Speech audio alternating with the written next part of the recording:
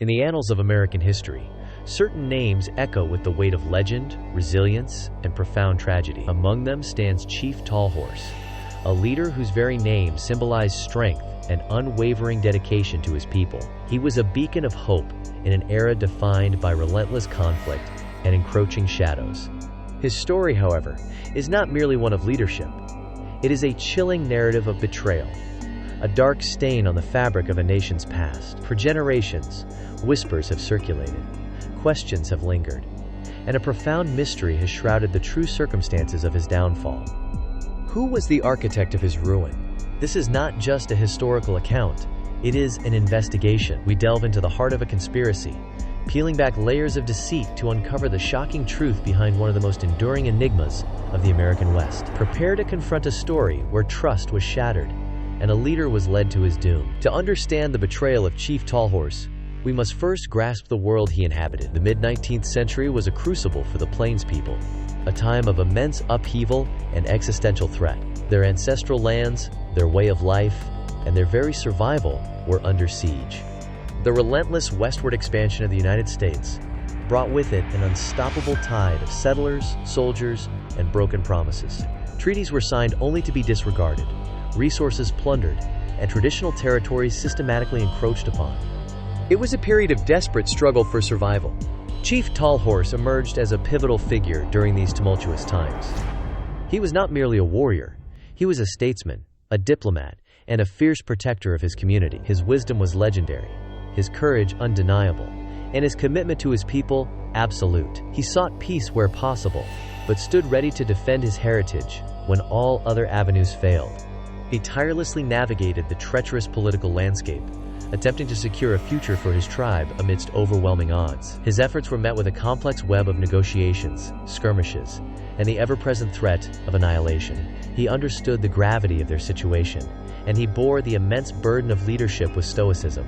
His vision was for a future where his people could retain their identity, their culture, and their sacred lands. He believed in the possibility of coexistence, even as the forces arrayed against them seemed insurmountable. This unwavering dedication made him a formidable adversary to those who sought to dispossess his people. It was precisely this strength, this unyielding resolve, that made him a target. For in the shadows, forces were at work, weaving a tapestry of treachery designed to undermine his authority and ultimately to silence his voice forever. The stage was set for a betrayal that would reverberate through history. The precise details of Chief Tallhorse's downfall have long been shrouded in ambiguity, a historical fog deliberately cultivated to obscure the truth. Central to this enduring mystery is the perplexing case of a vanished document, a crucial treaty rumored to hold the key to his fate. This missing piece of evidence has fueled speculation for generations. Accounts from the period are often contradictory, fragmented, and colored by the biases of their authors. Official reports from the U.S. government frequently painted a picture of Native American resistance as inherently hostile, justifying aggressive military actions. Indigenous oral traditions, passed down through generations, offer a starkly different perspective, one of manipulation and deceit.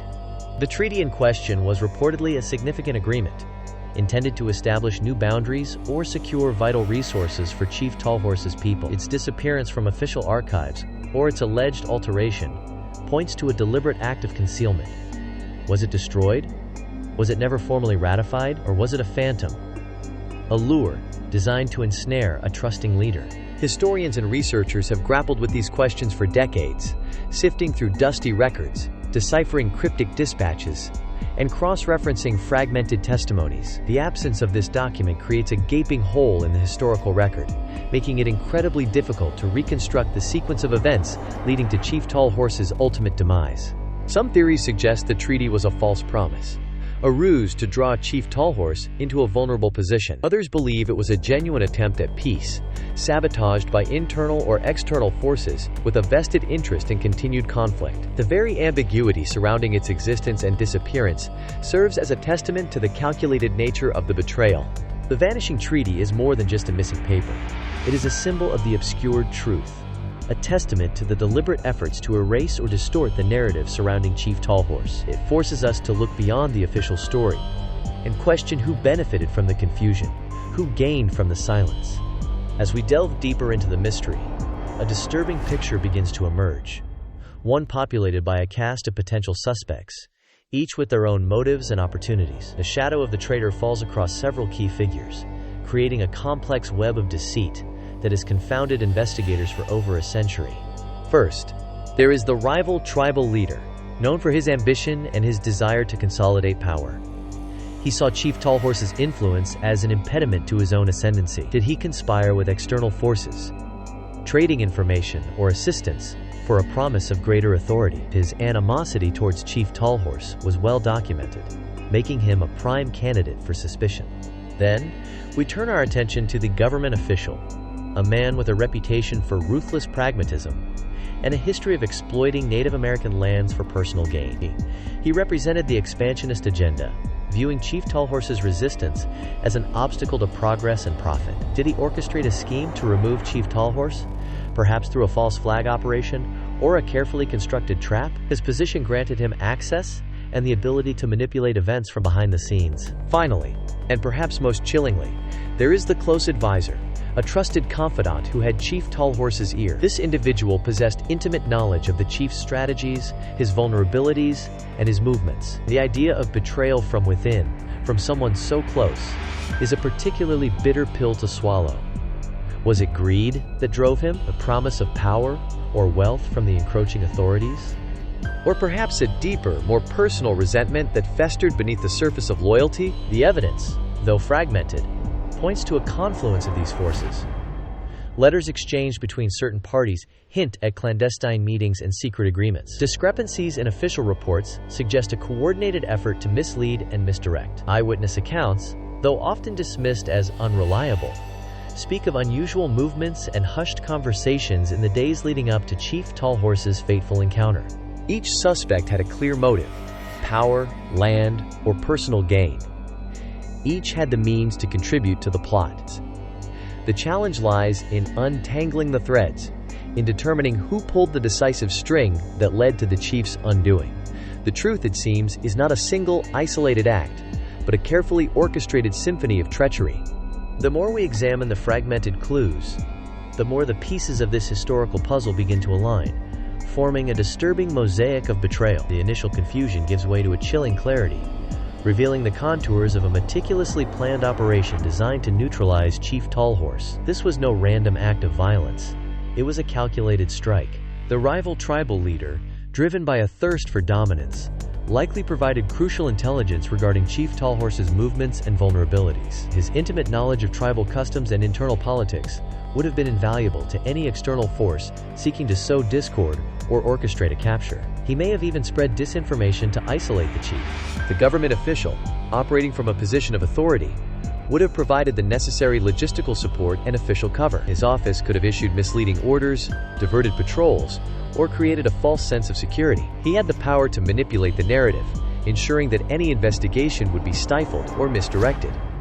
His motive was clear: to remove a formidable obstacle to expansion. But the most insidious element, the one that truly sealed Chief Tallhorse's fate, appears to have been the close advisor. This individual, privy to the chief's most guarded secrets and trusted implicitly, was the ultimate insider.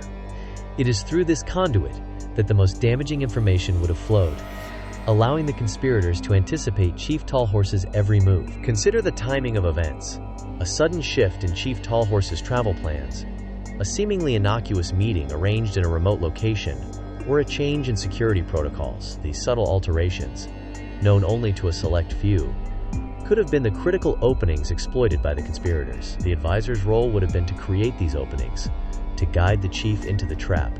The evidence, though circumstantial, points to a coordinated effort. The rival leader's ambition, the official's strategic interests, and the advisor's intimate access formed a deadly triangle. Each played a distinct, yet interconnected, role in the unfolding drama. The plot was not a spontaneous act of malice, but a carefully constructed plan, executed with precision.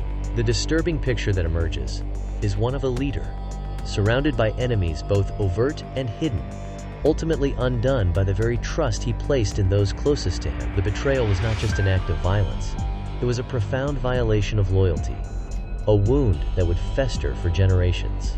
After sifting through the fragmented records, analyzing the motivations, and connecting the disparate threads of evidence, the identity of the likely betrayer begins to crystallize. The weight of historical probability, combined with the chilling logic of the conspiracy, points overwhelmingly to one individual, the trusted advisor, a man named Kicking Bear.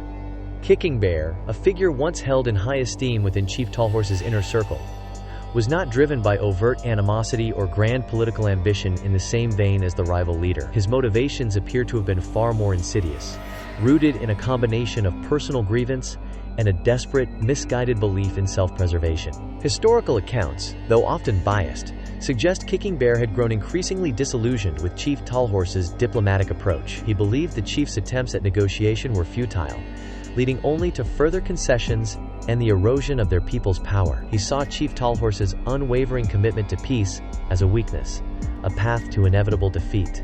This ideological rift, simmering beneath the surface, made him susceptible to external influence. The government official, a master manipulator, likely exploited Kicking Bear's frustrations, offering him a false promise of a better outcome for his people, or, perhaps, a position of influence in a new order. The lure of a perceived easier path, even if it meant sacrificing his leader, proved too strong.